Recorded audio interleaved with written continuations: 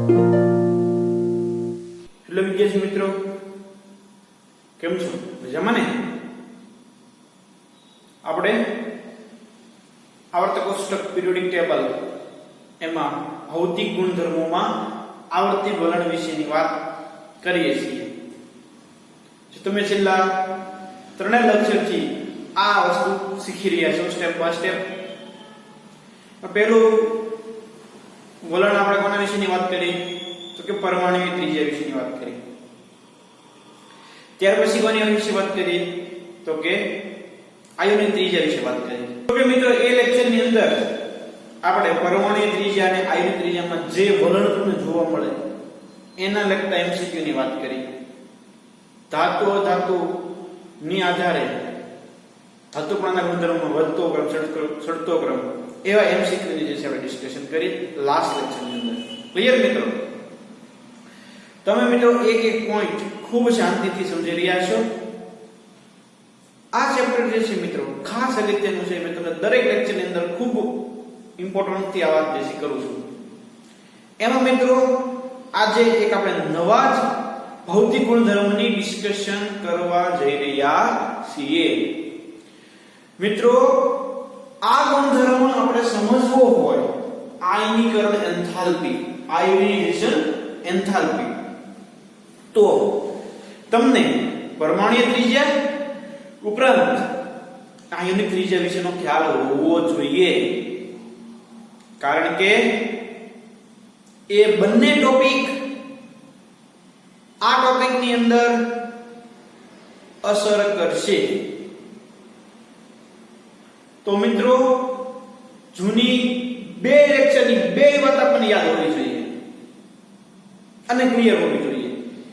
ત્યાર પછી આપણે આયનીકરણ એન્થાલ્પીની ડિસ્કશન કરવાની થાય. તો આપણા દરેક લેક્ચરની શરૂઆતની જેમ આ લેક્ચરની અંદર પણ આપણે આપણું જે બોર્ડ વર્ક આપણે યાદ રાખવા માટે વાત કરી છે એ લખી નાખીએ, પછી આપણે આગળ ડિસ્કશન શરૂ કરીએ. તો મિત્રો આ આવર્ત આ સમૂહ આવર્ત ડાબી બાજુથી જમણી બાજુ, સમૂહ ઉપરની સાઈડથી નીચેની તરફ. આવર્તમાં તમે ડાબીથી જમણી બાજુ જાઓ મિત્રો એમ પરમાણુય ત્રિજ્યા ઘટે, ઉપરાંત આયોનિક ત્રિજ્યા પણ ઘટે. સમૂહમાં તમે ઉપરથી નીચે તરફ જાઓ મિત્રો એમ પરમાણુય ત્રિજ્યા વધે, આયોનિક રેડિયસ પણ વધે. આટલી વસ્તુ જે છે એ તમે ક્લિયર શીખી ગયા છો, બરોબર ને મિત્રો? છેલ્લા ઘણા લેક્ચરથી આની વાત જે છે આપણે કરીએ છીએ. હવે I E માં શું ફેરફાર થાય સમૂહની અંદર અને I E એટલે કે આયનિક એન્થાલ્પીમાં આવર્તમાં કયા પ્રકારનો ફેરફાર થાય એના વિશેની વાત આપણે આ લેક્ચરમાં શીખવાના છીએ. મિત્રો તમને ઇલેક્ટ્રોનિક કન્ફિગ્યુરેશન પણ આવડવી જોઈએ. ક્લિયર? જે તમે ખૂબ સારી રીતે શીખેલા છો. તો મિત્રો હવે આપણે વાત કરીએ છીએ આયનીકરણ એન્થાલ્પી. કોની વાત કરીએ છીએ આપણે? આયનીકરણ એન્થાલ્પી, બરોબર? આયનીકરણ એન્થાલ્પી જુઓ. હવે કોઈ પણ x તત્વ છે, કોઈ પણ x તત્વ છે ઘન અવસ્થામાં હોય,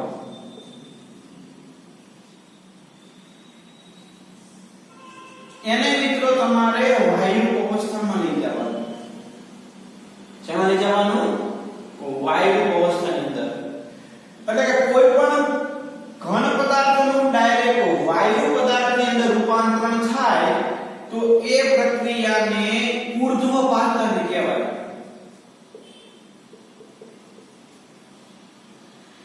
એને ત્યારે જે ઊર્જા આપી હોય એને સબ્લિમેશન ઊર્ધ્વપાતન એન્થાલ્પી SUB S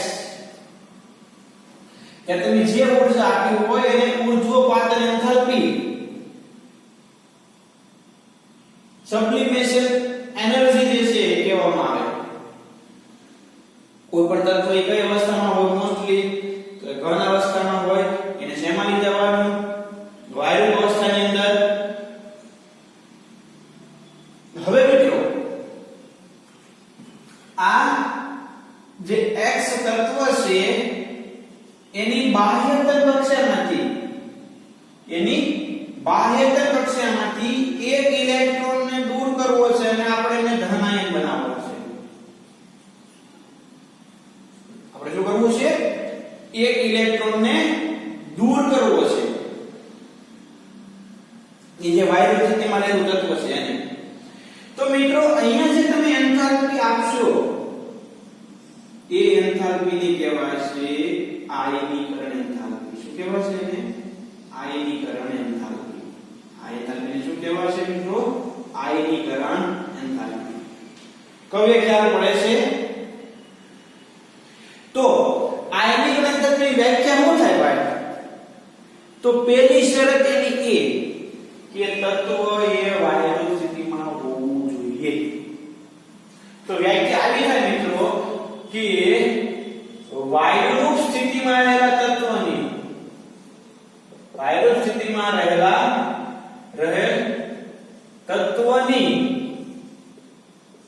બાહ્યતમ કક્ષામાંથી ઇલેક્ટ્રોનને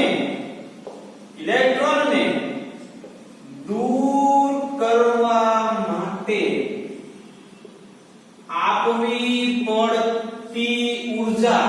આપવી પડતી એન્થાલ્પી એને કહેવાય આયનીકરણ એન્થાલ્પી. આમ જોવો ને આયન બનાવવાની પ્રક્રિયા આયનીકરણ. તો આ આયનીકરણ એન્થાલ્પીની વ્યાખ્યા થઈ મિત્રો. કોઈ પણ વાયુરૂપ સ્થિતિમાં રહેલા તત્વની બાહ્યતમ કક્ષામાંથી એક ઇલેક્ટ્રોનને દૂર કરવા માટે જે ઊર્જા આપો એની આયનીકરણ એન્થાલ્પી કહેવાય. ખ્યાલ પડે છે? પહેલા તો એ યાદ રાખવાનું કે મોસ્ટલી કોઈ પણ તત્વ કેવું હોય તો ઘન હોય જેને પહેલા આપણે શેમાં કન્વર્ટ કરવું પડે મિત્રો? એને પહેલા વાયુરૂપ સ્થિતિમાં કન્વર્ટ કરવું પડે. હવે મિત્રો આ વાયુ સ્થિતિમાં રહેલા તત્વની બાહ્યતમ કક્ષામાંથી એક ઇલેક્ટ્રોનને દૂર કરવા માટે જે એન્થાલ્પી તમે આપો એ એન્થાલ્પીને આયનીકરણ એન્થાલ્પી કહેવાય. તમારે બહારથી એને ઊર્જા આપવી પડે. તો મિત્રો આ હંમેશા ધન જ હશે. કારણ કે મિત્રો એ હંમેશા ઉષ્મા શોષકની પ્રક્રિયા થશે. તમને ખ્યાલ છે ને? ઉષ્મા શોષક એટલે કે ઊર્જાનું શોષણ કરે, ઉષ્માક્ષેપક એટલે ઊર્જા મુક્ત કરે. જો મિત્રો ખાસ નોંધો બે પ્રકારની પ્રક્રિયા હોય, ઉષ્મા શોષક અને ઉષ્મા ક્ષેપક. ઉષ્માનું શોષણ કરે અને ઉષ્મા શોષક કહેવાય. તમારે બહારથી આપવી પડે. શોષણ કરે અથવા એમ કહીએ આપણે કે આપવી પડે અને ક્ષેપકમાં મુક્ત કરે. ક્ષેપકની અંદર શું કરે? મુક્ત કરે. ઉષ્મા શોષક શોષણ થાય એટલે એ હંમેશા ધન હોય. કેવું હોય? ધન. અને ક્ષેપક એટલે મુક્ત કરે. જે ઊર્જા હોય એની કરતા ઊર્જા ઘટે એટલે એ હંમેશા કેવી હોય? ઋણ હોય. આ તમે 10મા ની અંદર ઉષ્મા ક્ષેપક અને ઉષ્મા શોષક વચ્ચેનું બેઝિક ખ્યાલ શીખી ગયેલા છો. આપણે ડેપ્થ ની અંદર સમજવાનું છે પણ થર્મોડાયનેમિક્સ ની અંદર. એટલે અત્યારે આપણે શું યાદ રાખશું કે ઉષ્મા શોષક એટલે ઊર્જાનું કરે, ઉષ્માનું કરે, ઊર્જાનું કરે, શોષણ કરે. એટલે તમારે એમ કહેવાય તમારે આપવી પડે. એટલે આપવી પડે એટલે શોષણ કરવું એટલે પોતાની વધી એટલે ધન. ક્ષેપક એટલે મુક્ત કરે, ઇમિટ્સ કરે, ઇમિશન કરે, પોતાની હોય એના કરતા ઘટાડો થાય, બહાર ફેંકે, એટલે એ બી માઈનસ. ઓકે, હવે મિત્રો તમને બેઝિક ફંડામેન્ટલ ખ્યાલ આવી ગયો છે. આપણે ઉદાહરણ લઈએ એલ્યુમિનિયમ. એલ્યુમિનિયમ પહેલા તો કઈ અવસ્થામાં હોય? ઘન અવસ્થામાં. તમારે એને પહેલા કેમાં ફેરવવું પડે? તો કે એલ્યુમિનિયમ ગેસની અંદર. તો ત્યારે જે ઊર્જા આપે એને કહેવાય ઊર્ધ્વપાતન એન્થાલ્પી, સબ્લિમેશન એનર્જી કહેવાય, સબ્લિમેશન એન્થાલ્પી કહેવાય. હવે મિત્રો આ એલ્યુમિનિયમને ઊર્જા આપો, એલ્યુમિનિયમ પ્લસ થાય અને ઇલેક્ટ્રોન મુક્ત થાય, તો અહીંયા જે ઊર્જા આપી મિત્રો એને કહેવાય આયનીકરણ એન્થાલ્પી. પણ મિત્રો એને કહેવાશે પ્રથમ આયનીકરણ એન્થાલ્પી. એને શું કહેવાશે? પ્રથમ આયનીકરણ એન્થાલ્પી. અહીંયા આને શું કહેવાશે ભાઈ?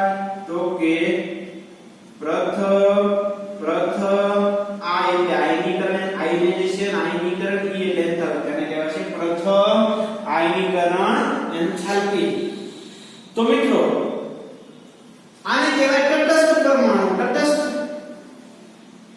તો તટસ્થમાંથી પ્રથમ ઇલેક્ટ્રોન જ્યારે દૂર થાય ત્યારે જે ઊર્જા આપી હોય એને કહેવાય પ્રથમ આયનીકરણ એન્થાલ્પી. એને શું કહેવાશે? પ્રથમ આયનીકરણ એન્થાલ્પી. હવે મિત્રો આને તમે હજી ઊર્જા આપો અને તમને મળે એલ્યુમિનિયમ +2, એટલે કે બીજો ઇલેક્ટ્રોન દૂર છો. તો એક ઇલેક્ટ્રોન તો બાહ્ય કક્ષામાંથી કાઢી નાખો.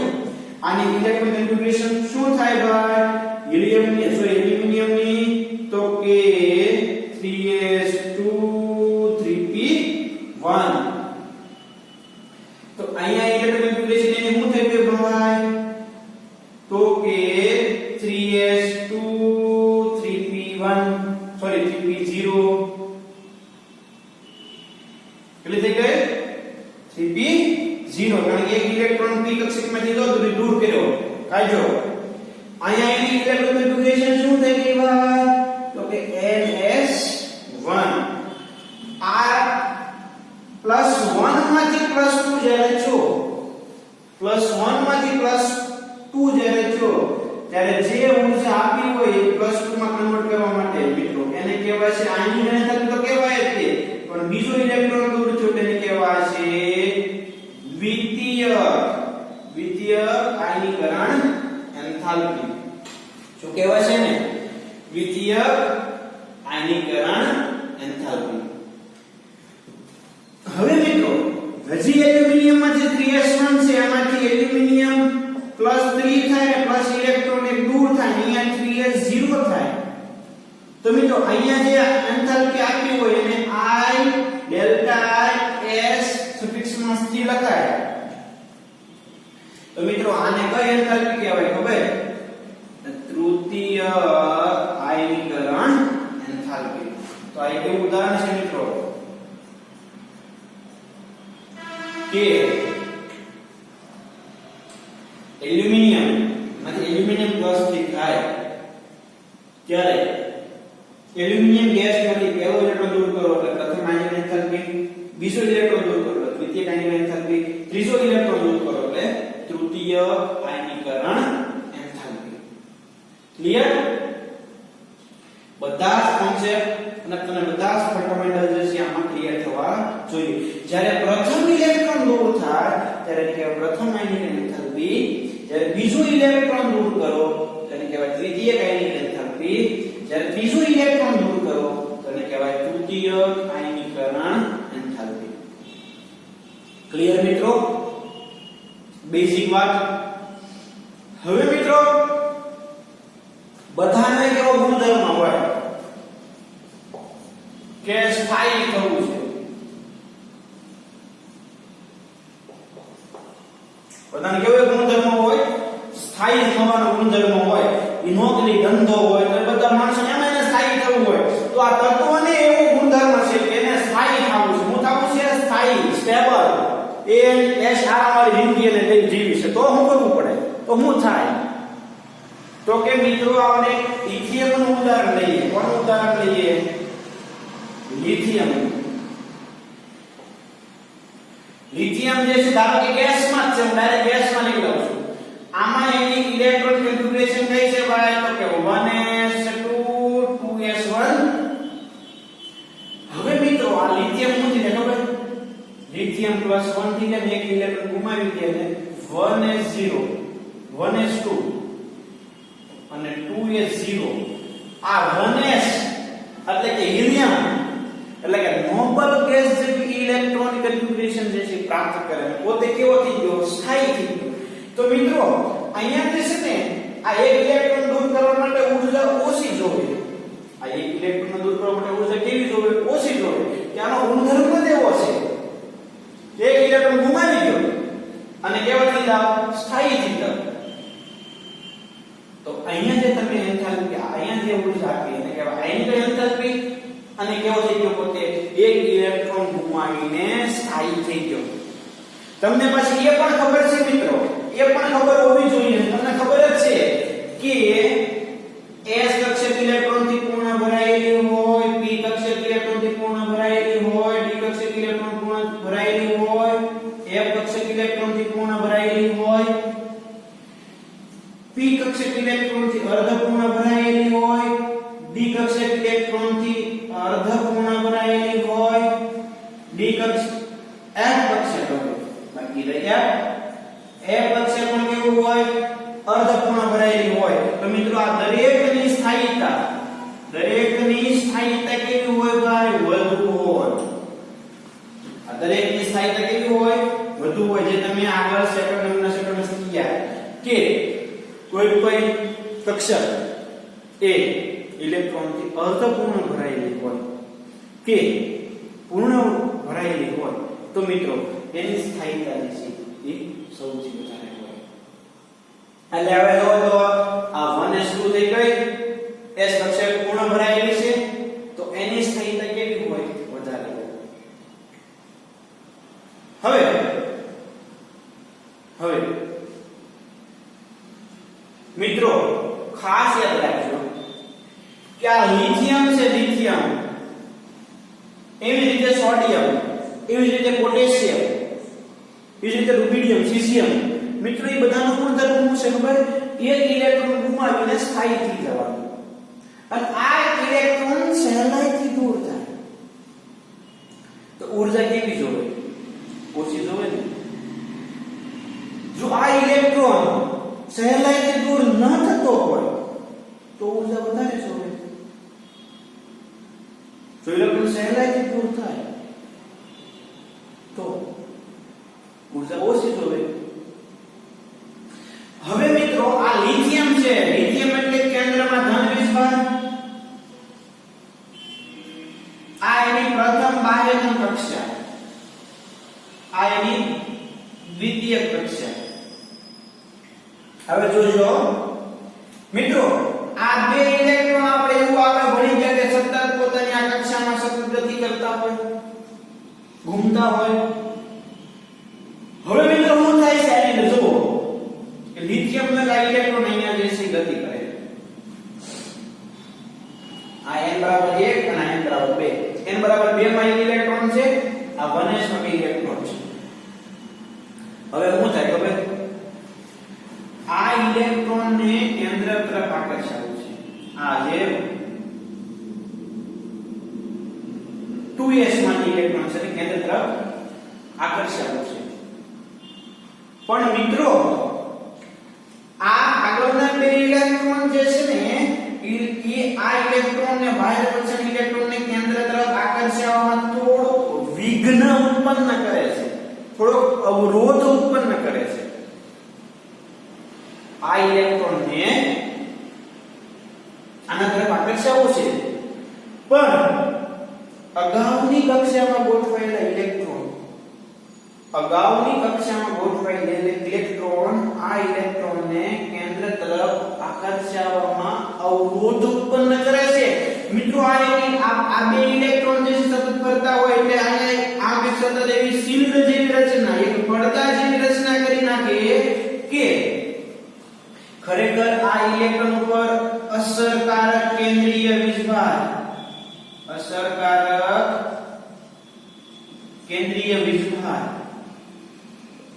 ખરેખર કેટલો હોવો જોઈએ તો કે z બરાબર 3 છે એટલે કે 3 ની નજીક હોવો જોઈએ, પણ 3 કરતા ઓછો હોય છે.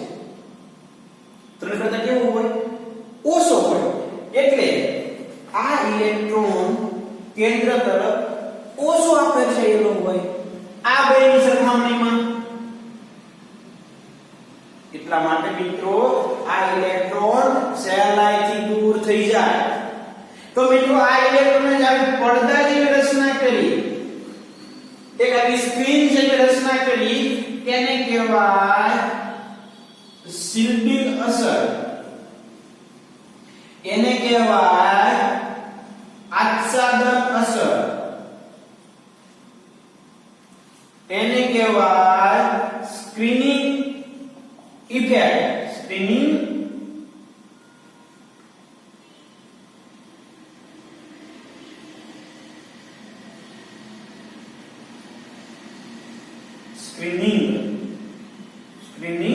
અસર. શું કહેવાય એને? કે અગાઉની કક્ષામાં જે ઇલેક્ટ્રોન ગોઠવાયેલા છે એ બાહ્યતર કક્ષાના ઇલેક્ટ્રોનને કેન્દ્ર પ્રત્યેનું જે આકર્ષણ બળ હોય એમાં ઘટાડો કરે. મિત્રો શું થાય? અસરકારક આ ઇલેક્ટ્રોન જે છે અગાઉના આ ઇલેક્ટ્રોનને કેન્દ્ર તરફનું આકર્ષણ બળ ઘટાડે. આકર્ષણ ઘટાડે. કોણ? તો કે આ બે આગળના ઇલેક્ટ્રોન એક શિલ્ડ જેવી રચના કરે. એના કારણે મિત્રો ઇલેક્ટ્રોનનું કેન્દ્ર પ્રત્યેનું આકર્ષણ ઘટે. આકર્ષણ ઘટે એટલે એના ઉપર જે આ ઇલેક્ટ્રોન ઉપર જે અસરકારક જે ઇફેક્ટિવ ચાર્જ હોય ને એ ઘટે. એટલા માટે મિત્રો આ ઇલેક્ટ્રોન સહેલાઈથી દૂર થઈ જાય. ત્યારે આ જે ઘટના છે એને કહેવાય શિલ્ડિંગ અસર, એને કહેવાય આચ્છાદન અસર, એને કહેવાય સ્ક્રીનિંગ અસર. હવે જોઈ લો અહીંયા ચાલે આપણે આ એલ્યુમિનિયમ માટે વાત કરી. જો આપણે સમજવાનું છે શિલ્ડિંગ અસર, આચ્છાદન અસર કે સ્ક્રીનિંગ અસર. મિત્રો તમારા માઇન્ડની અંદર સેટ થઈ ગઈ. જો એલ્યુમિનિયમ માટે હું વાત કરું તો આ એલ્યુમિનિયમ માટે કેન્દ્રમાં ધન વીજભાર, આ એની પહેલી કક્ષા, આ એની બીજી કક્ષા, આ એની ત્રીજી કક્ષા.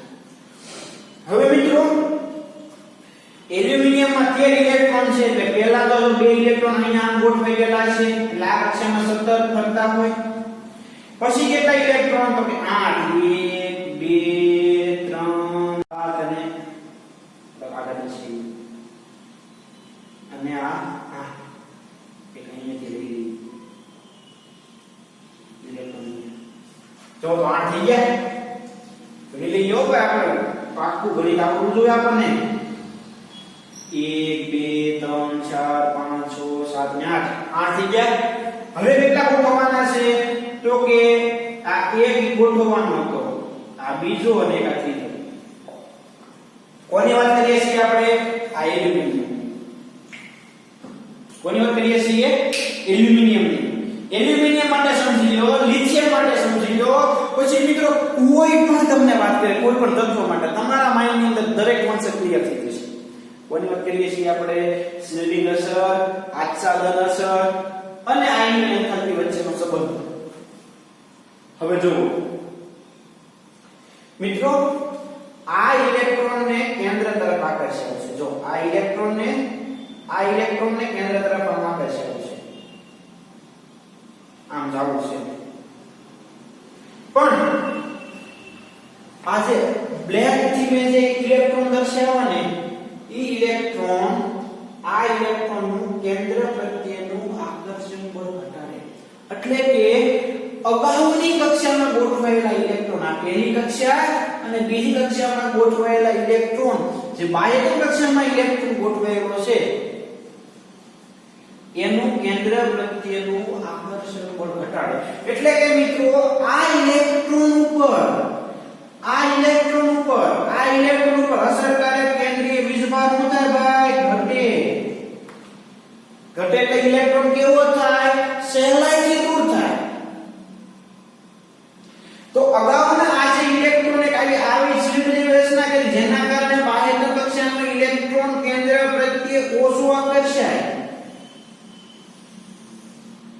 તો મિત્રો આ જે પડદા જેવી રચના થઈ, આ જે શિલ્ડ જેવી રચના થઈ એને કહેવાશે શિલ્ડિંગ અસર, આચ્છાદન અસર અને સ્પિનિંગ અસર.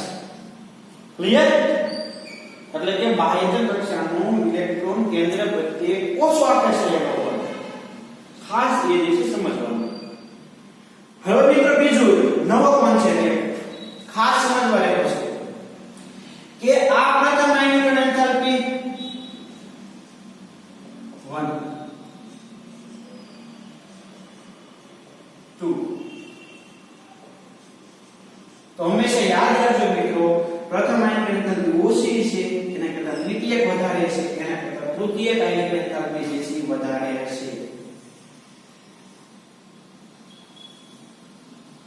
આ એક પ્રશ્ન છે. પ્રથમ આયનીકરણ એન્થાલ્પી ઓછી હશે, દ્વિતીયક એના કરતા વધારે છે, તૃતીયક એના કરતા વધારે હશે. તો મિત્રો આ તમને વાત સમજાઈ ગઈ છે. ખાસ બોર્ડ પર તમારે લખવાનું છે અને સમજવાનું છે. આમાં તમને કોઈ ડાઉટ હવે રહેવો જોઈએ નહીં.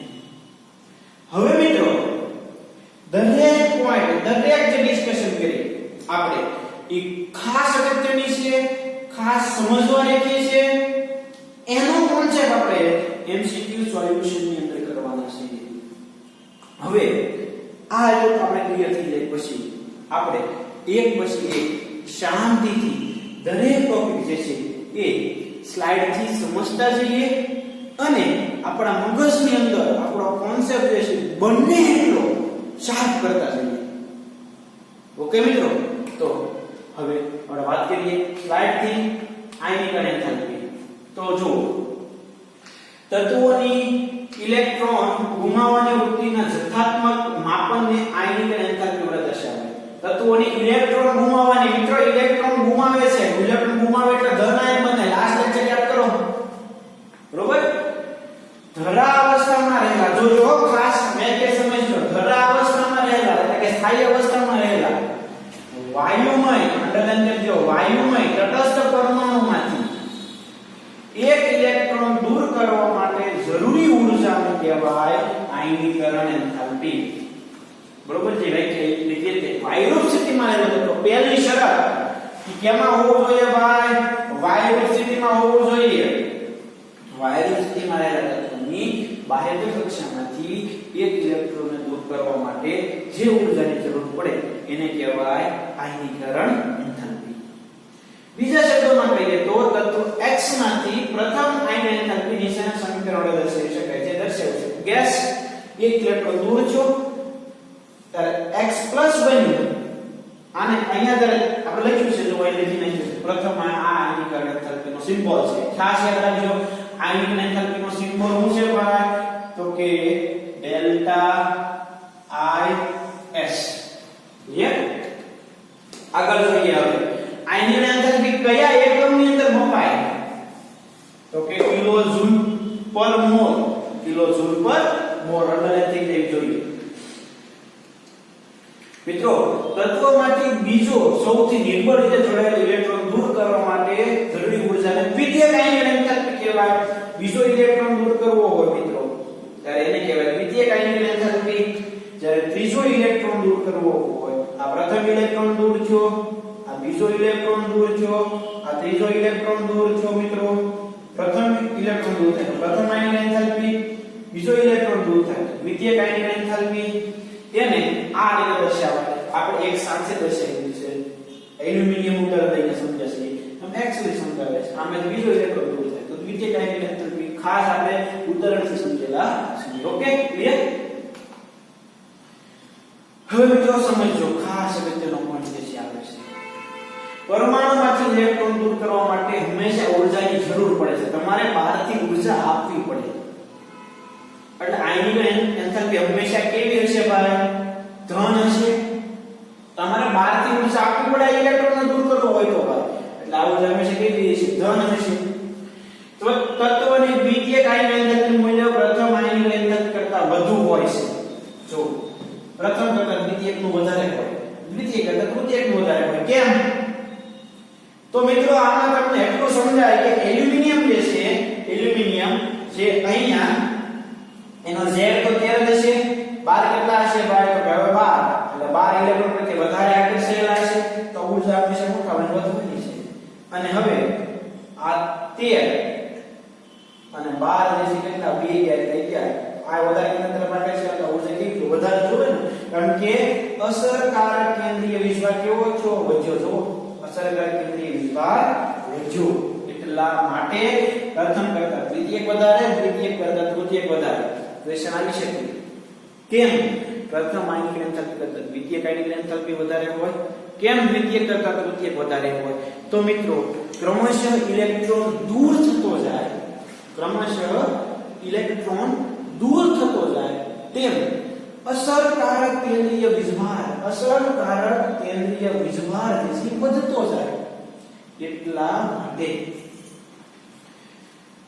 કારણ કે તટસ્થ પરમાણુ કરતા ધન વીજભારિત આયન માંથી ઇલેક્ટ્રોન ને દૂર કરવો વધુ મુશ્કેલ છે તે જ રીતે તૃતીયક આયનિક એન્થાલ્પીનું મૂલ્ય દ્વિતીયક આયનિક એન્થાલ્પીના મૂલ્ય કરતા પણ વધારે હોય જે આપણે બોળવર્ક એટલે આ ત્રણ લાઈન છે ને થિયરી નો યાદ રખાય આવું બોળવર્ક યાદ રાખી દેવાય પ્રથમ કરતા દ્વિતીયક વધારે દ્વિતીયક કરતા તૃતીયક વધારે આમ ત્યાર પછીની આયનિક એન્થાલ્પીના મૂલ્ય ક્રમશઃ વધતા જાય તૃતીયક કરતા ચતુર્થક વધારે ચતુર્થક કરતા 5 ઇલેક્ટ્રોન 5 મિનિટ દૂર કરવા માટે એન્થાલ્પી સૌથી વધારે હોય ક્રમશઃ વધતી જાય આયનિક એન્થાલ્પી વિશે તે કયા સ્તરની છે તેનો નિર્દેશ ન હોય તો તેને પ્રથમ આયનિક એન્થાલ્પી સમજવી જો તમને એમ ન કે દ્વિતીયક કે તૃતીયક કે ચતુર્થક કે પાંચમી કે એવું હોય તો તમારે સમજવાનું કે પ્રથમ આયનિક એન્થાલ્પી છે જો તમને શોખવટ ન કરે કે દ્વિતીયક છે કે તૃતીયક છે કે એવું કહે તો તમારે પ્રથમ આયનિક એન્થાલ્પી સમજી લેવાની ઓકે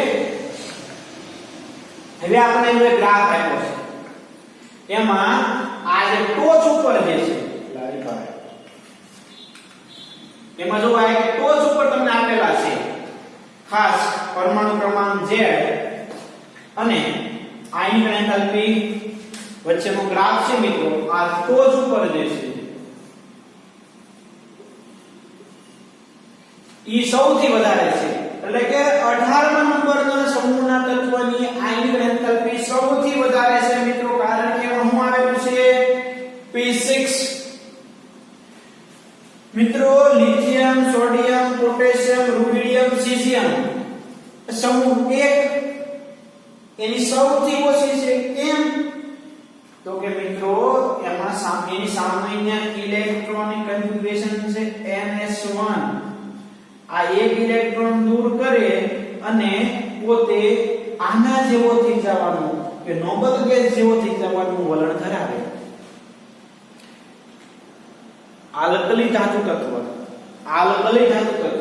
એટલે કે સમૂહ 1 ના તત્વોની આયનિક એન્થાલ્પી સોડિયમ ની વાત કરો મિત્રો સોડિયમ તો સોડિયમ એટલે ઇલેક્ટ્રોન કન્ફિગ્યુરેશન શું છે ભાઈ તો લખી નાખીએ હાલો ને આપણે કે neon code 3s1 Na plus થઈ જાય કેવું થઈ ગયું ભાઈ તો કે નિયોન કોડ તો જો મેં તમને કીધું બધાનો કેવો ગુણધર્મ છે સ્થાયી થવાનો તો આ એક ઇલેક્ટ્રોન દૂર થઈ ગયો એટલે ભાઈ કેવો થઈ જાય સોડિયમ પ્લસ તો કે નોબલ ગેસ જેવો નિષ્ક્રિય વાયુ જેવો એટલે પોતે કેવો થઈ ગયો સ્થાયી થઈ ગયો એટલે એક ઇલેક્ટ્રોન ગુમાવીને પોતે જે છે એ નોબલ ગેસ જેવો થવાનો ગુણધર્મ ધરાવે એના કારણે મિત્રો નોબલ ગેસની આયનિક એન્થાલ્પી જે છે એ સૌથી વધારે અને આલ્કલી ધાતુ તત્વોની આયનિક એન્થાલ્પી જે છે કેવી હોય સૌથી ઓછી હોય એક પોઈન્ટ જે છે મિત્રો સમજજો હો ખાસ અગત્યનું છે જોઈએ આગળ હવે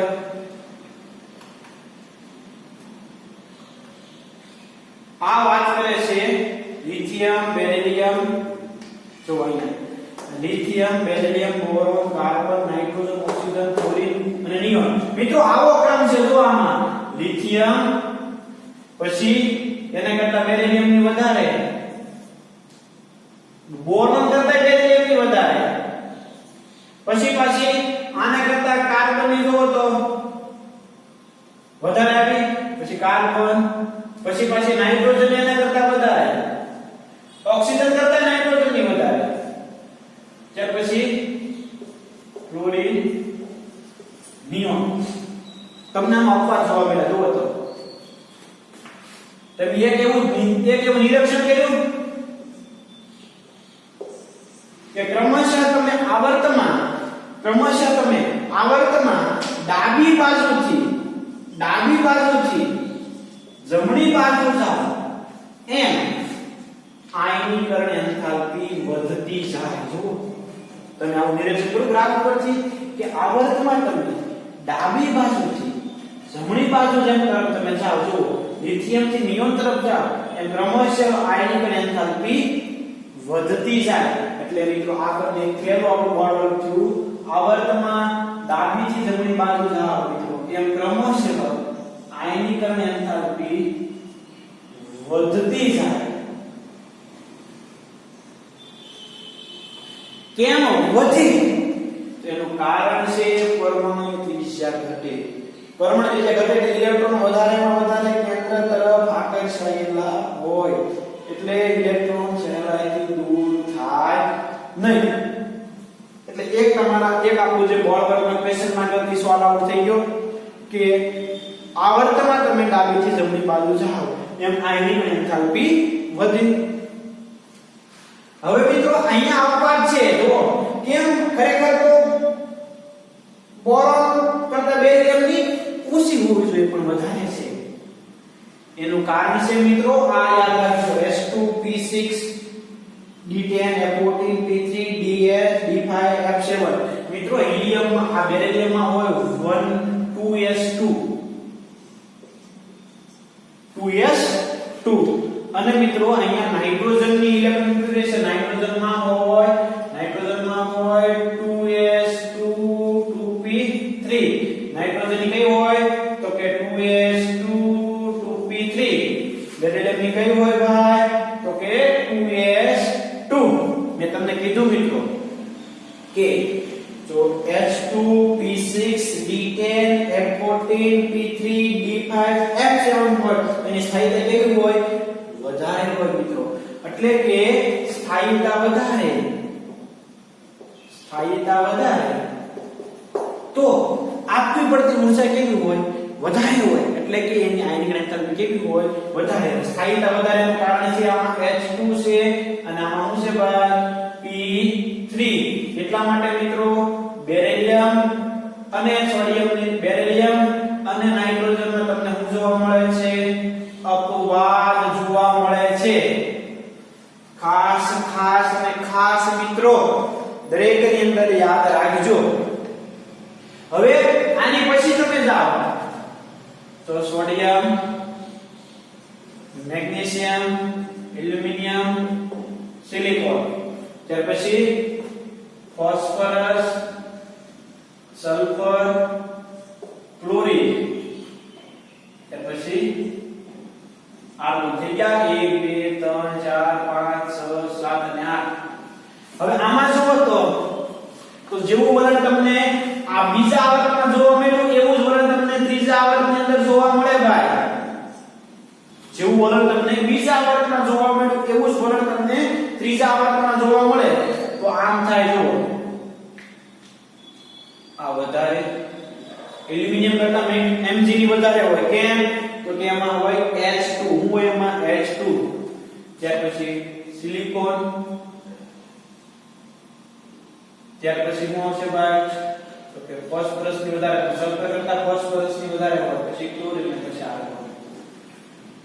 આવો ક્રમ હોય કે નાઇટ્રોજન ની નીચે ફોસ્ફરસ હોય, નાઇટ્રોજન ફોસ્ફરસ હોય અને બેરિલિયમ ની નીચે હોય મેગ્નેશિયમ હોય. જેવું લક્ષણ તમને બે માં જોવા મળે અહીંયા તમને આપવા જોવા મળે અહીંયા તમને આપવા જોવા મળે. એનું કારણ છે P3 અને H2 હોય એટલા માટે. મિત્રો આ દરેક એક પોઈન્ટ MCQ સોલ્યુશન માટે ખાસ અગત્યનો બનશે. એટલે નોટ ડાઉન કરતા જાજો, સમજતા જાજો. આપણે ખૂબ શાંતિથી જઈએ છીએ કારણ કે તમારા માટે ટોપિક નવો છે, સમજવામાં થોડોક તમને અત્યારે થોડો ટફ પડશે. પણ આવા અપવાદ જે છે એ હવે મિત્રો સ્ટાર્ટ થઈ ગયા છે. અપવાદ ઇનઓર્ગેનિક કેમિસ્ટ્રી અપવાદથી ભરેલું છે મિત્રો. કાંઈ એવો તમને એવો ટોપિક હશે તમને એનો સોલ્યુશન નહીં મળે તો તરત કહી દે અપવાદ.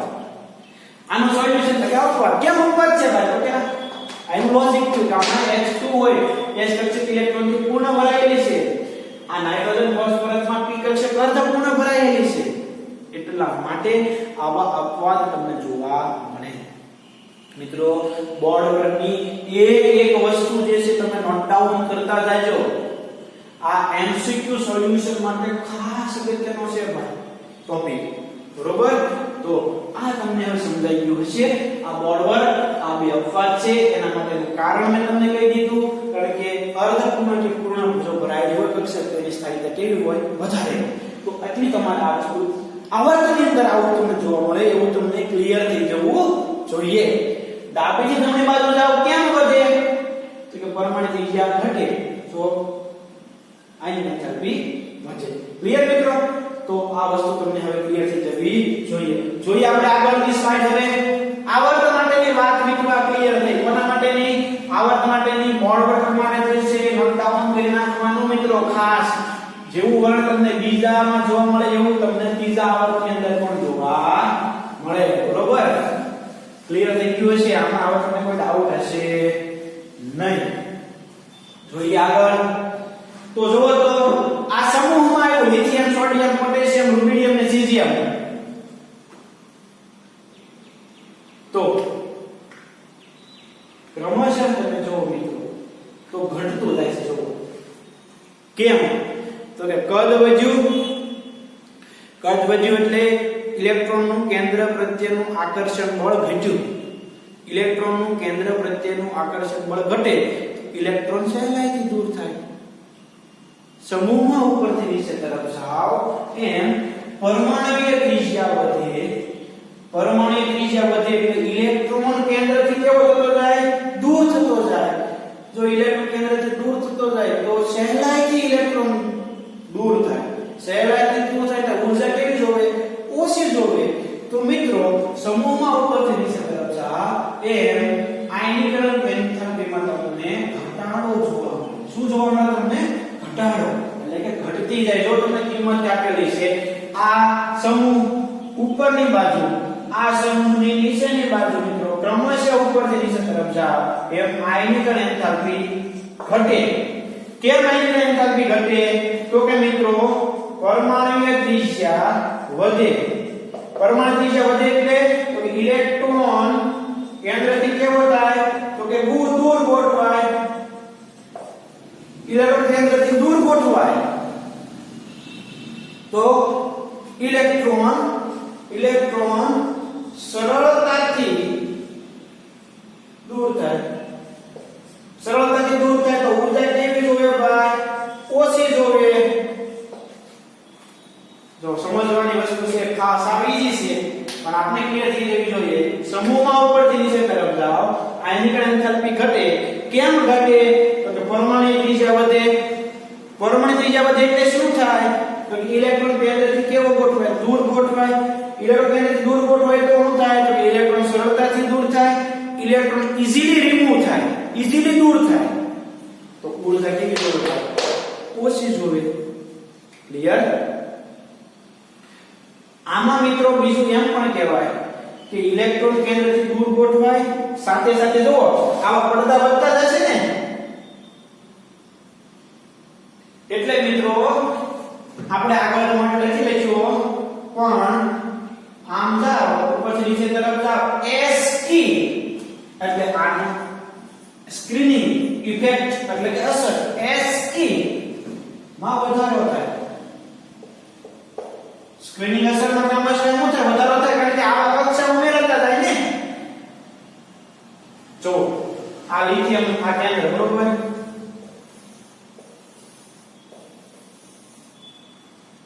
આ બે ઇલેક્ટ્રોન આ બે પછી 8 8 18 આ લિથિયમ પછી આ સોડિયમ આ પોટેશિયમ પછી આવી રીતે આ રુબિડિયમ આવશે.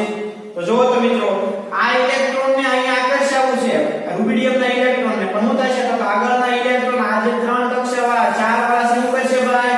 તો કે એ સ્ક્રીનિંગ અસર કરશે. એટલે ક્રમશઃ તમે સમૂહમાં ઉપરથી નીચે તરફ જાઓ સ્ક્રીનિંગ અસરની અંદર શું થાય ભાઈ? વધારો થાય. તો અહીંયા તમે આવું પણ લખી શકો કે ઇલેક્ટ્રોન કેન્દ્રથી દૂર ગોઠવાય છે અને સ્ક્રીનિંગ અસર જે છે એ ક્રમશઃ વધે. એટલે અસરકારક કેન્દ્રીય વીજભાર શું થાય ભાઈ? ઘટે. તો અહીંયા બાજુમાં 9 પણ લખી નખાય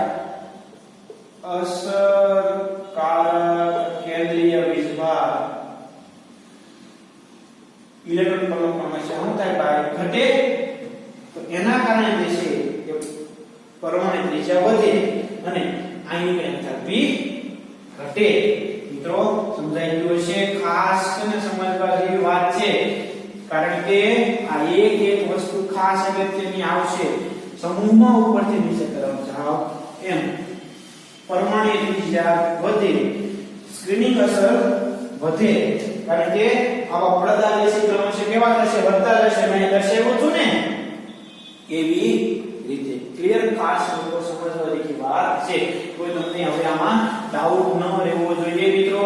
જો તમને એવું લાગે કે નથી સમજાણું તો લેક્ચર 2 થી 3 વખત જોજો, પણ આપણો એક પોઈન્ટ છે કેવો કરવાનો? ક્લિયર કરવાનો. ખાસ અગત્યની વાત છે આ બધી. ઓકે મિત્રો, અત્યાર સુધી જે વાત કરી એ હવે આપણે સ્લાઇડ થી સમજવાની છે. એટલે આપણો કોન્સેપ્ટ થિયોરિટિકલી અને જે સમજણ વાળી વાત છે બધી કેવી રીતે ક્લિયર થાય જોઈએ. સમજતા રહેજો. એક પોઈન્ટ માં અંડરલાઈન કરતા રહેજો. આકૃતિમાં 3.5 માં 60 સુધીના પરમાણુ તત્વો માટે પ્રથમ આયનિક એન્થાલ્પીના મૂલ્યો આલેખ સ્વરૂપે દર્શાવેલા છે. આલેખમાં આવર્તિતા અનિયમિત છે, એટલે કે આખું વિચલ આકૃતિ ગ્રાફ જે કેવો છે? અનિયમિત છે. આ આકૃતિ સ્પષ્ટ થાય છે આલેખમાં આયનિક એન્થાલ્પીના મહત્તમ મૂલ્યો કોના હતા? અંડરલાઈન. કોના હતા? નોબલ ગેસના હતા. કેમ? હું તેમાં P6 જે કેવી છે? ઇલેક્ટ્રોનથી પૂર્ણ ભરાયેલ કક્ષક ધરાવે છે, એટલે કે સ્થાયી ઇલેક્ટ્રોન રચના છે. આ ખાસી વાત છે ભાઈ. બીજી બાજુ આલેખમાં આયનિક એન્થાલ્પી ન્યૂનતમ કોની હતી ભાઈ? તો કે આલ્કલી ધાતુઓની, સમૂહ 1 ના તત્વોની. કેમ? તો કે આ ધાતુઓના આયનિક એન્થાલ્પીના મૂલ્ય કેવા છે? નીચા છે. તેથી મિત્રો તમે અગાઉ આપણે શીખી ગયા કે સમૂહ 1 ના તત્વોની પ્રતિક્રિયાત્મકતા વધારે છે. એનું કારણ છે તેમાં આવ્યું છે કે એની ઓછી આયનિક એન્થાલ્પી. મેં તમને કીધું આગળ સમજાવીશ તમને. સમૂહ 1 ના તત્વોની પ્રતિક્રિયાત્મકતા વધારે છે એનું કારણ છે મિત્રો એની આયનિક એન્થાલ્પીની વેલ્યુ કેવી છે? નાની છે, સૌથી ઓછી છે દરેક તત્વોની સરખામણીમાં. આ ઉપરાંત તમે 2 પ્રકારના વર્ણ જોઈ શકશો. જેમ કે આવર્તમાં ડાબીથી જમણી તરફ જાઓ એમ પ્રથમ આયનિક એન્થાલ્પીના મૂલ્ય વધે. સમૂહમાં ઉપરથી નીચે તરફ જાઓ તો આયનિક એન્થાલ્પીની કિંમત જે છે શું થાય? ઘટે. આપણે બોર્ડમાં એક એડ કરી દીધું. આ વર્ણને આકૃતિ 3.6 એ 3.6 બી માં અનુક્રમે બીજા આવર્તના તત્વો માટે અને પ્રથમ સમૂહના તત્વો માટે સારી રીતે સમજાવેલા છે. જે આપણે બોર્ડમાંથી સમજી ગયા, તમને મેં જે છે એ બધું ગ્રાફિકલી અને રિપ્રેઝન્ટેશન કરીને સમજાવ્યું. આગળ આ બધું થવા માટેનું કારણ શું છે મિત્રો?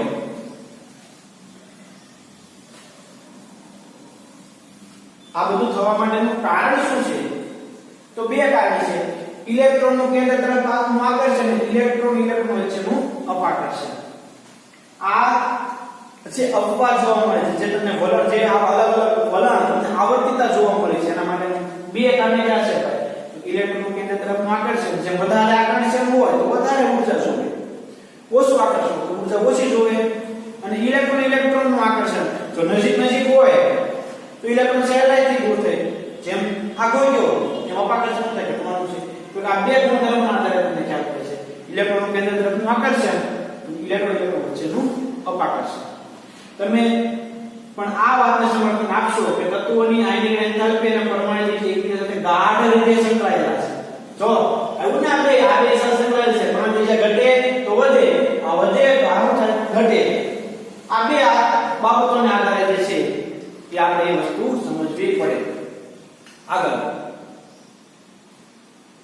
તત્વોની અંદરની કક્ષામાં આવેલા ઇલેક્ટ્રોન કેન્દ્ર અને સંયોજકતા ઇલેક્ટ્રોન વચ્ચે આવેલા હોવાથી તત્વોની અંદરની કક્ષાના ઇલેક્ટ્રોન તત્વોમાં અંદરની કક્ષામાં આવેલા ઇલેક્ટ્રોન કેન્દ્ર અને સંયોજકતા ઇલેક્ટ્રોન વચ્ચે આવેલા હોવાથી તે સંયોજકતા ઇલેક્ટ્રોનના કેન્દ્રથી શું કરે છે?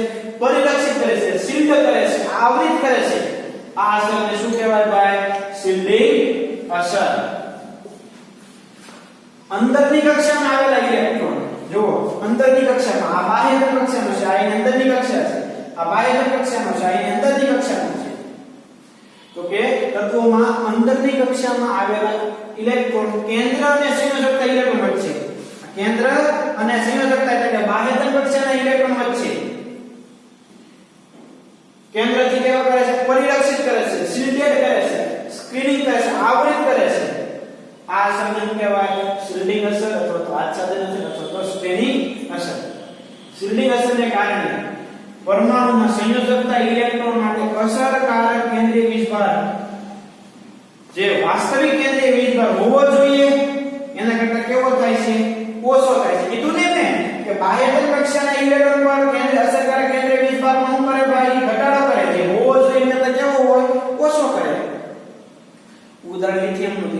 લિથિયમની 2s કક્ષકમાં ઇલેક્ટ્રોન તેની અંદરની કક્ષક 1s ના ઇલેક્ટ્રોન દ્વારા કેન્દ્ર તરફ આકર્ષણ માટે આવરિત થયેલા હોય છે. એટલે આ કોનાથી આવરિત થયેલા હોય તો કે 1s2 ના 1s ના 2 ઇલેક્ટ્રોન થી. તેથી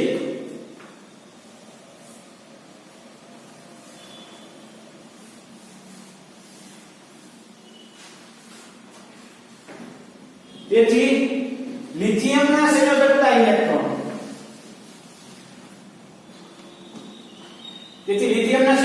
ઇલેક્ટ્રોન માટે અસરકારક કેન્દ્રીય વીજભારનું મૂલ્ય વાસ્તવિક કેન્દ્રીય વીજભાર કરતા કેવું ઓછું માનવું પડે છે. કીધું ને અસરકારક કેન્દ્રીય વીજભાર લિથિયમ માટે 3 કરતા કેવું હોય, ઓછું હોય. શિલ્ડિંગ અસરની અસરકારકતા વધારે ત્યારે થાય છે જ્યારે પરમાણુ આંતરિક કક્ષકો સંપૂર્ણ ભરેલી હોય. એટલે આપણે કીધું મિત્રો કે ઉપરથી નીચે તરફ જાવ એમ શિલ્ડિંગ અસરમાં શું થાય, વધારો થાય.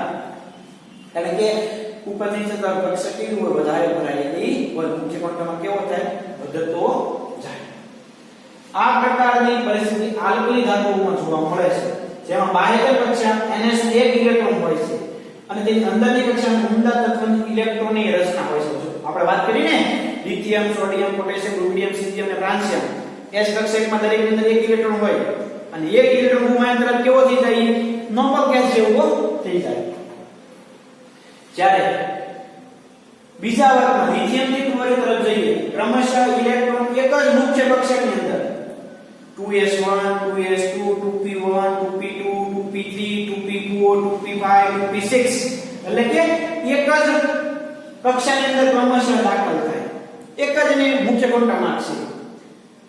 આ તથા આંતરિક ભરાયેલી કક્ષા દ્વારા શિલ્ડિંગ અસરમાં એટલો વધારો થતો નથી કે તે ઇલેક્ટ્રોનના કેન્દ્ર તરફના વધતા આકર્ષણને સરભર કરી શકે.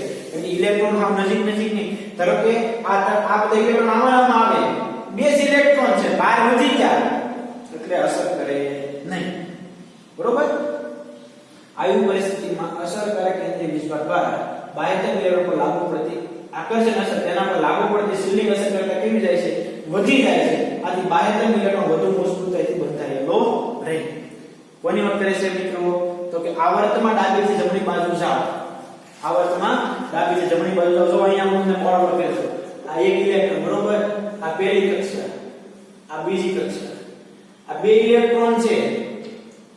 હવે લિથિયમ, બેરિલિયમ 4 અને 1 વચ્ચે, boron, carbon, nitrogen, oxygen, chlorine અને નિયોન.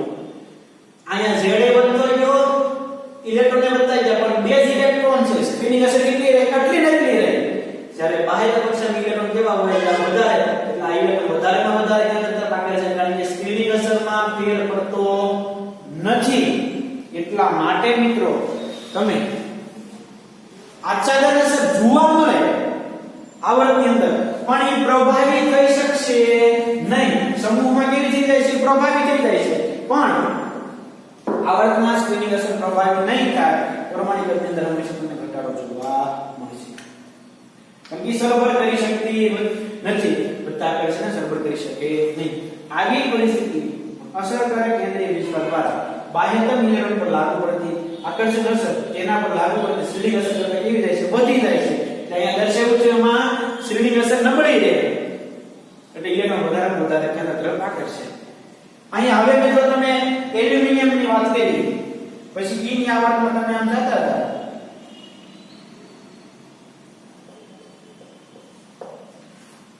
એટલે કયું કોણ આવશે?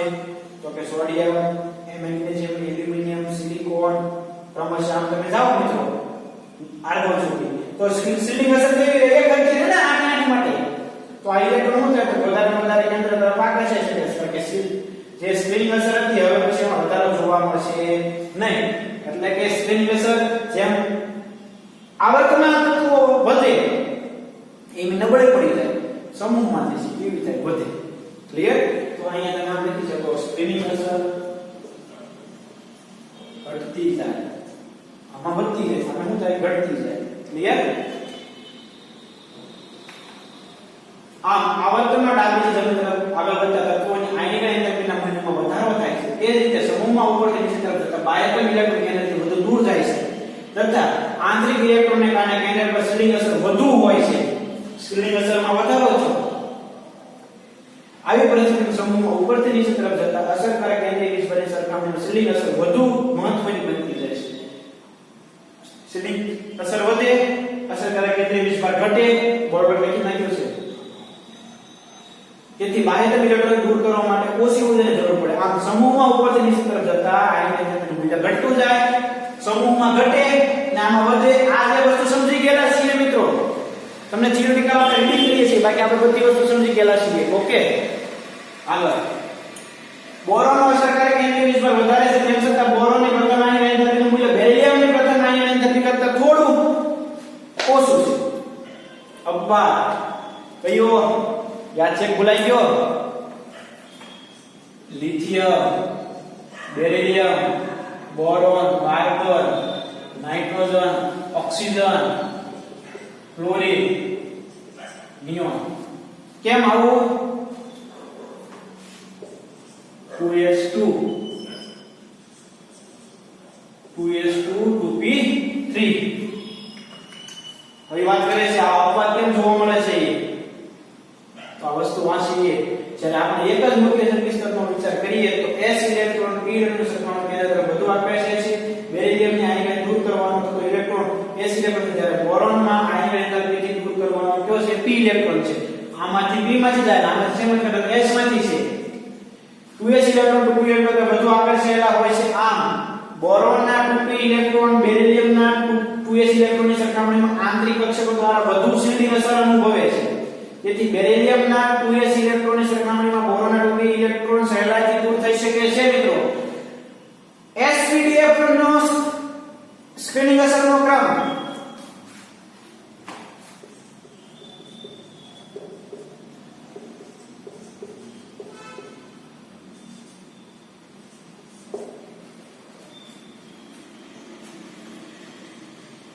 આ રીતે જે છે એક ઇલેક્ટ્રોન દૂર થશે. મિત્રો આ યાદ રાખજો, 2s ઇલેક્ટ્રોન જે છે એ સરળતાથી દૂર નહીં થાય.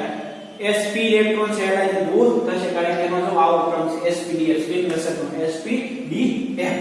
આ સ્લાઇડ માં એ વસ્તુ સમજાવે છે. નામ 2s છે, નામ 2p1 છે. એક ઇલેક્ટ્રોન સહેલાઈથી દૂર થઈ જાય. 2s કેવી છે? પૂર્ણ ભરાયેલી છે, સહેલાઈ કેવી વધારે હોય.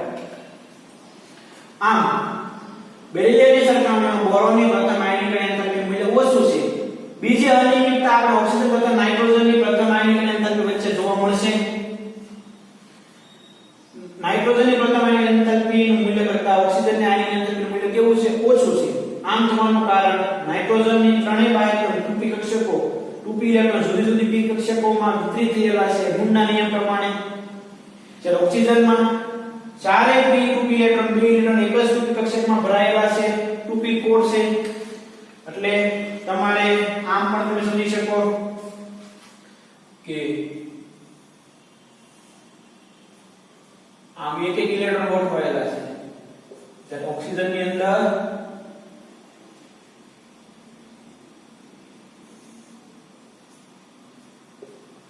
આમ હોય, 3 હોય અને આ ચોથો, આ ઇલેક્ટ્રોન સહેલાઈથી દૂર થઈ જાય. 2p ઇલેક્ટ્રોનમાંથી 2 ઇલેક્ટ્રોન એક જ 2p કક્ષકમાં ભરાય છે. તેથી ઇલેક્ટ્રોન વચ્ચે અપાકર્ષણ કેવું થાય? આ ઇલેક્ટ્રોન વચ્ચે, આ બે ઇલેક્ટ્રોન વચ્ચે કેવું થાય? અપાકર્ષણ વધારે થાય. આમાં એવું તમને જોવા મળશે નહીં. એટલે 2p ઇલેક્ટ્રોનમાંથી એક ઇલેક્ટ્રોન દૂર કરવા કરતા ઓક્સિજનના 4 ઇલેક્ટ્રોનમાં ઇલેક્ટ્રોન વચ્ચે અપાકર્ષણ હોય. 2p4 છે એટલે ઇલેક્ટ્રોન સહેલાઈથી દૂર થઈ જાય અને p3 જેવો ગુણધર્મ ધરાવવા માટે કેવો થઈ જાય? સ્થાયી થવાનું વલણ દર્શાવે. ઓક્સિજન 4 2p ઇલેક્ટ્રોનમાંથી ચોથો ઇલેક્ટ્રોન દૂર કરવો વધુ સરળ છે. એટલે ઓક્સિજનની ઓછી હોય, નાઇટ્રોજન કેવી હોય? વધારે હોય. તો મિત્રો, આ વાત થઈ આયનિક અને એન્થાલ્પીની. મિત્રો મોટો લેક્ચર થશે આ, ખૂબ શાંતિથી સમજજો, વિચારજો, ખાસ ક્લિયર કરવા રેખું છે. આ અપવાદ જે છે યાદ રાખવાનું, જે આપણે સમજાવ્યું એનાથી. ઉપરાંત આપણે કીધું કે આમાં P3 હોય એટલે સ્થાયીતા વધારે હોય, આ જે છે 4 હોય એટલે એકમાં 2 હોય, px માં 2 હોય એટલે ઇલેક્ટ્રોન ઇલેક્ટ્રોન વચ્ચે અપાકર્ષણ થાય. અપાકર્ષણ થાય એટલે ઇલેક્ટ્રોન સહેલાઈથી દૂર થાય નહીં. સોરી, અપાકર્ષણ એટલે ઇલેક્ટ્રોન સહેલાઈથી દૂર થાય એટલે ઓક્સિજનની આયનિક એનર્જી ઓછી, નાઇટ્રોજનની વધારે. મિત્રો ખાસ શાંતિથી તમારે આખો લેક્ચર જોવાનો, થિયરી 2-3 વખત રીડ કરવાની, ખાસ વિચારજો. ખાસ અગત્યનું લેક્ચર છે. પછી તમને કોઈ ડાઉટ રહે તો મને ડાયરેક્ટલી મારો કોન્ટેક્ટ કરજો. તમને કોઈ પણ ડાઉટ આમાં રહેવા દઈશ નહીં. ખાસ બધાય બરોબર ક્લિયર કરવાનું મિત્રો, અને ખાસ દરેક વસ્તુ પોઈન્ટ ટુ પોઈન્ટ જે છે સમજવાની. એમાં તમને જો કોઈ ડાઉટ હોય તો મારો જે છે કોન્ટેક્ટ કરજો મિત્રો. ખૂબ શાંતિથી સારી રીતે આખો લેક્ચર ક્લિયર કરજો. નેક્સ્ટ લેક્ચરમાં આપણે આના MCQ ની ડિસ્કશન કરશું. ખાસ સમજવા રેખા છે, ખાસ અગત્યના MCQ છે, પણ થિયરી જે છે પોઈન્ટ ટુ પોઈન્ટ ખાસ સમજજો. આ બરોબર આપણા માટે ખાસ અગત્યનું છે. થિયરી બધી એમાં આવી જાય. પછી અહીંયા જે આપણે બરોબર લેક્ચર ક્લિયર થઈ ગયું છે મિત્રો, તો તમને ક્યારેય પ્રોબ્લેમ પડશે નહીં. થિયરી 4-5 વખત તમારે શાંતિથી રીડ કરી જવાની. પછી આપણે આપણા બોર્ડ વર્કને ધ્યાનમાં લેવાનું કે જેના કારણે આપણને ઇન ફ્યુચર બોર્ડ વર્કનો લોંગ ટર્મ આપણે ઉપયોગ થાય. ઓકે મિત્રો, તો આજે અહીંયા સુધી રાખીએ. નેક્સ્ટ લેક્ચરમાં આના MCQ ડિસ્કશન શરૂ કરીશું. પણ અહીંયા સુધીનો મિત્રો ખાસ અને ખાસ દરેક થિયરી જે છે રીડ કરીને એક વખત સમજી લેવાની, વિચારવાનું, કેમ થાય, શું થાય, કઈ રીતે થાય. જેને સેકન્ડ ચેપ્ટર, બીજા ચેપ્ટરનો લાસ્ટ પાર્ટ ક્લિયર હશે અને આમાં પ્રોબ્લેમ ક્યારેય નહીં પડે. હજી મિત્રો આપણે દરેક પોઈન્ટને ખૂબ શાંતિથી સમજીએ છીએ. ખાસ સારામાં સારી તૈયારી કરજો. આયનિક એન્થાલ્પીનો આખો લેક્ચર ખૂબ શાંતિથી જોજો. જો તમને ડાઉટ રહે તો ફરીવાર એક પોઈન્ટ જોઈ લેજો. પછી તમને ડાઉટ હોય તો મારો કોન્ટેક્ટ કરજો મિત્રો. ખાસ સમજજો, વિચારજો અને ક્લિયર કરજો. ઓકે, તો અહીંયા સુધી રાખીએ. નેક્સ્ટ લેક્ચરની અંદર આના MCQ આપણે ડિસ્કશન શરૂ કરશું. Okay, thank you.